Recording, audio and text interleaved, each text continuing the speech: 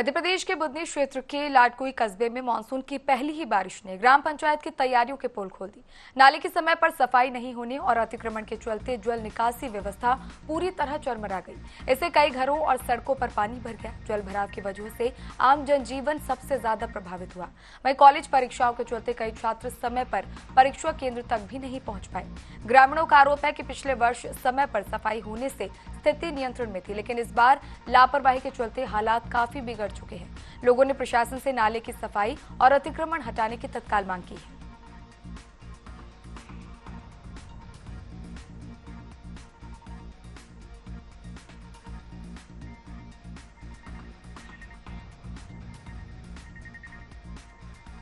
तो बुदनी में मानसून की पहली ही बारिश में प्रशासन की तमाम तैयारियों के पोल खुलती हुई नजर आ रही है। पहली ही बारिश में सड़कों पर जलभराव की स्थिति है और इतना ही नहीं, जो बच्चे एग्जाम देने के लिए कॉलेज आने वाले थे वो भी एग्जाम सेंटर समय पर नहीं पहुंच पाए, जिसके चलते न केवल छात्रों को बल्कि ग्रामीणों में भी काफी आक्रोश है। इसके अलावा लोगों का कहना है कि इससे पहले पिछले साल की अगर बात करें तो हालात थोड़े बेहतर थे, लेकिन इस बार प्रशासन की तैयारियां पूरी तरह से चरमराई हुई है, फेल होती नजर आ रही है। शुरुआती मॉनसून की पहली बारिश में ही ये हालात बन चुके हैं कि सड़कें नालों में तब्दील हो चुकी है।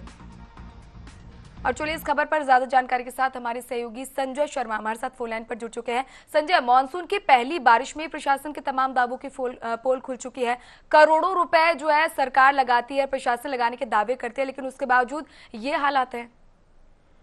बिल्कुल सही कहा आपने। और सबसे बड़ी तो बात यह है कि ये पूर्व मुख्यमंत्री शिवराज सिंह चौहान का क्षेत्र है, जो पूर्व केंद्रीय कृषि मंत्री हैं, और उन्होंने यहाँ पे करोड़ों रुपए लगाए। लेकिन इस तरह से व्यवस्था जब पहली बारिश हुई है और जो पानी पूरी तरह एक पूरे नदी की तरह भरा गया है, बच्चे लोग नाव छोड़ रहे हैं इस तरीके से, तो कहीं ना कहीं एक पोल खुलती नजर आ रही है और विकास के जो दावे किए गए थे उसकी पोल खुल गई है और लोग परेशान हो गए हैं। जबकि ये पहली बारिश है, जबकि अभी यहाँ पर कई पंचायतों में ये बारिश से निपटने के लिए पहले साफ सफाई और नाली की सफाई की जा रही थी, लेकिन ये सब पोल खुल गई है और सिर्फ कागजों पर ये सब कुछ हो रहा है।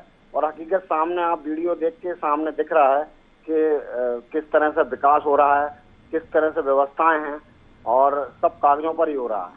बिल्कुल संजय, जैसे कि आपने कहा कि बातें केवल कागजों तक सीमित है, क्योंकि जमीन की तस्वीरें कुछ और ही कहानी बयां कर रही है। संजय, आपने साथ ही निगम अधिकारियों से क्या बातचीत करने की कोशिश की, उनकी तरफ से क्या कुछ कहा गया है, क्योंकि आम जनता सबसे ज्यादा प्रभावित है और खासकर जो बच्चे एग्जाम देने जाने वाले थे उनके भविष्य पर अब खतरा मंडरा रहा है।